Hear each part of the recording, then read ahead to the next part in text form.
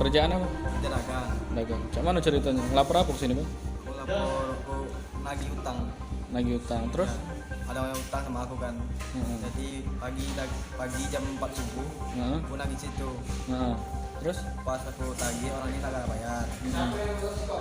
Terus? Pas aku bengong aku digocor dia. Pas kamu melamun Iya, gocor digocor dia.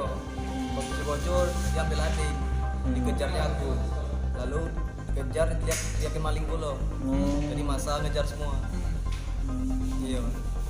Dia minjem duit itu udah lama bang? Dia bukan minjem duit, ambil barang. Dia dagang juga, aku dagang juga. Jadi berapa total kerugian? Kalau kerugian itu banyak 900 juta. Ini 900. bukan dia dewe yang utang banyak juga yang utang. Kalau dia cuma utang tinggal sisa sejuta 800. Barang itu barang apa bang diambil? Jahe.